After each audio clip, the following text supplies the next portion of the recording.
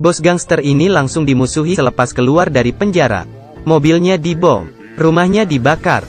Untuk menghindari dibunuh, hanya bisa berpura-pura menjadi pendeta dan pergi dengan bus. Sudah hampir keluar kota. Tiba-tiba ada polisi yang menahannya. Harus bagaimana? Hanya bisa mengakuinya. Dia mengeluarkan kedua tangannya. "Tangkaplah saya!" Ternyata, polisi malah menyambutnya dengan hangat. Wali kota secara pribadi datang menyambut. Bahkan semua orang juga menyambut kedatangannya. Secara khusus mengatur pertunjukan paduan suara untuknya. Sampai dia datang ke gereja baru mengerti. Pendeta di kota baru saja meninggal kemarin. Semua orang menganggapnya sebagai pendeta baru. Bagaimana ini? Dia juga tidak bisa.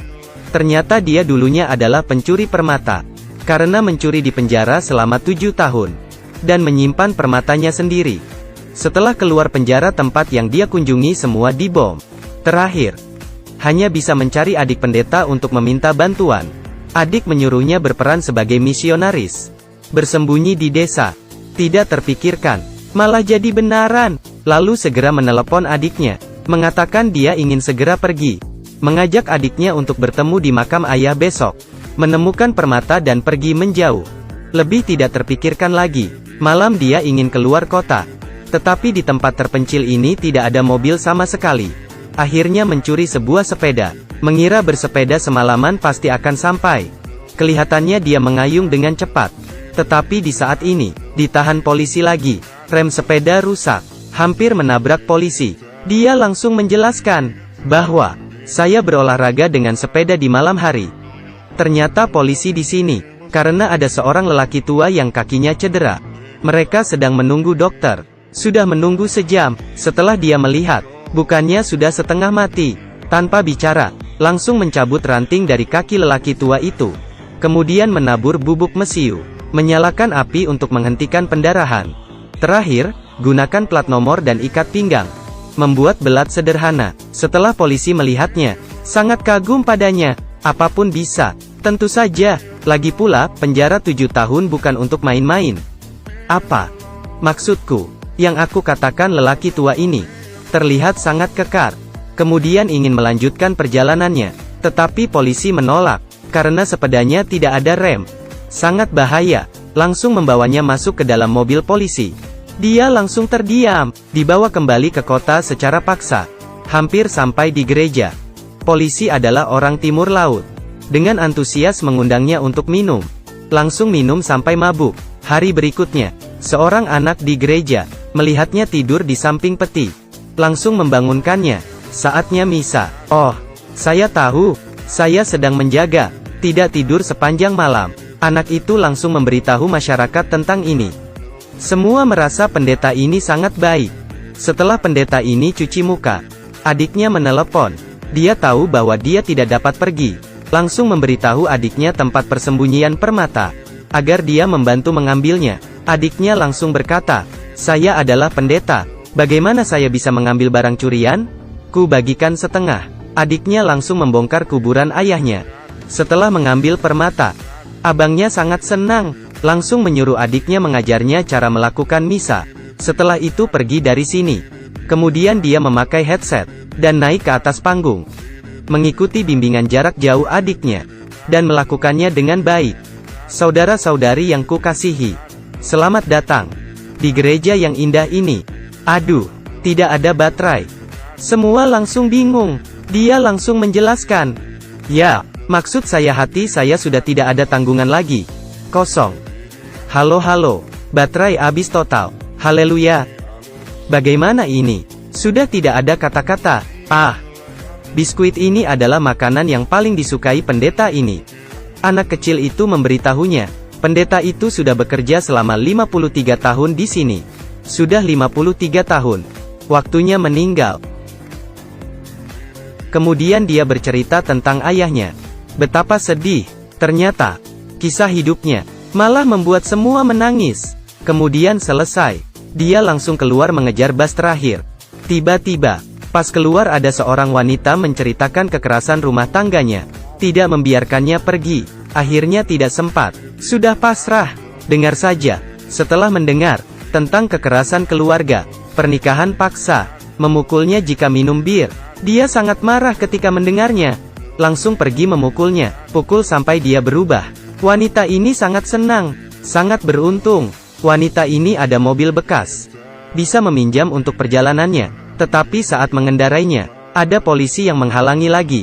Aduh, kenapa ini? Tidak ada rem lagi. Jadi dia membanting setirnya. Sampai terbang ke jurang. Untungnya dia tidak kenapa-kenapa, mungkin Tuhan menjaga. Kemudian adiknya menelepon, mengatakan sudah bertemu dengan pembeli permata. Dia menyuruh adiknya memberi telepon pada pembeli permata. Dengar, jangan melihat rupa adikku yang biasa ini. Sebenarnya dia adalah pembunuh berkelas. Semakin tenang ekspresinya, berarti dia makin marah. Kemudian berkata dengan adiknya, kamu jangan takut, tenang, harganya 1,5 juta. Tiba-tiba telepon terputus. Adiknya tidak mendengar harganya, langsung gugup. Pembeli langsung marah. Langsung mengatakan 6 juta. Memberi adiknya uang tunai langsung dibar. Dan menyuruhnya segera pergi. Langsung menangis terharu. Buat apa jadi pendeta lagi? Ada uang akan menjadi orang kaya di kota. Langsung pergi membeli mobil. Mobil dan wanita berdatangan. Merasa tugasnya selesai. Ketika ada uang, langsung melupai abangnya. Dan abangnya semakin profesional di sini. Mendengarkan penyesalan orang. Bertemu dengan orang yang melakukan penggelapan uang menyesal. Mengatakan padanya untuk menaikkan gaji karyawannya. Ketemu nenek tua, mengeluh bahwa putranya suka laki-laki.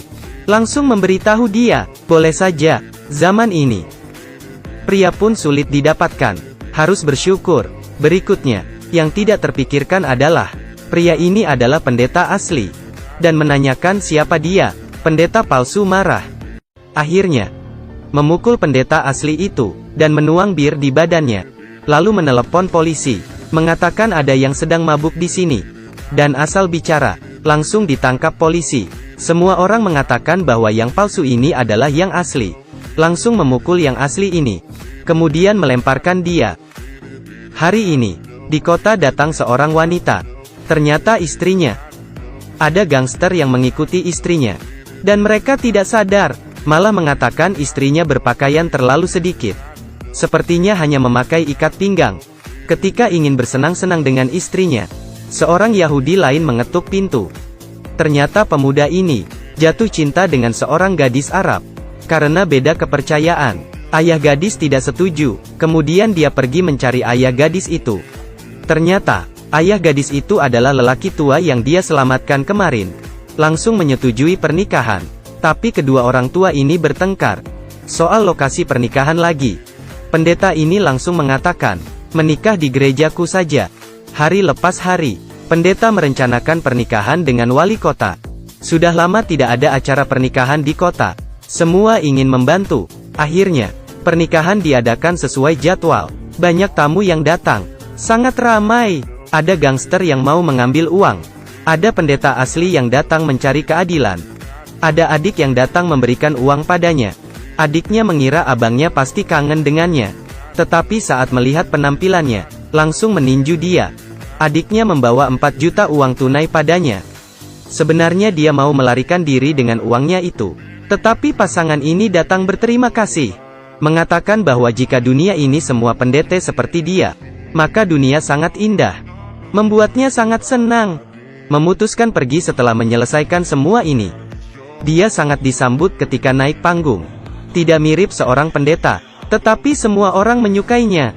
Dan bertepuk tangan. Hari ini tidak asal bicara. Mengatakan pada kedua mempelai, apapun nama kalian sekarang. Mulai hari ini dan seterusnya. Kalian disebut suami istri. Pembaptis di bawahnya melihat pendeta palsu ini cukup memenuhi syarat. Akhirnya menyuruh pasangan bertukar cincin. Tetapi lupa naskahnya.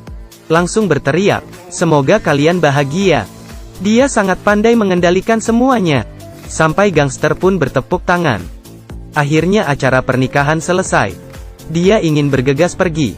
Tiba-tiba gangster datang, agar dia menyerahkan permata. Permata sudah dijual. Diperkirakan ada 1,5 juta juga. Memang tidak bisa menipu kalian. Begini saja, kita bagi 5 juga per orang.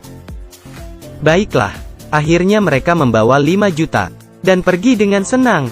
Bos gangster ini pun akhirnya menikah dengan istrinya. Adik pendetanya memimpin pernikahan mereka. Seorang bos gangster, di antara uang dan masyarakat, tiap kali memilih untuk membantu masyarakat. Bisa dilihat, orang yang sejahat apapun, juga ada baiknya. Beginilah, belum cukup menontonnya bukan? Cerita abis lagi. Baiklah, ikuti Dami Fan, pasti banyak film. Kita ketemu episode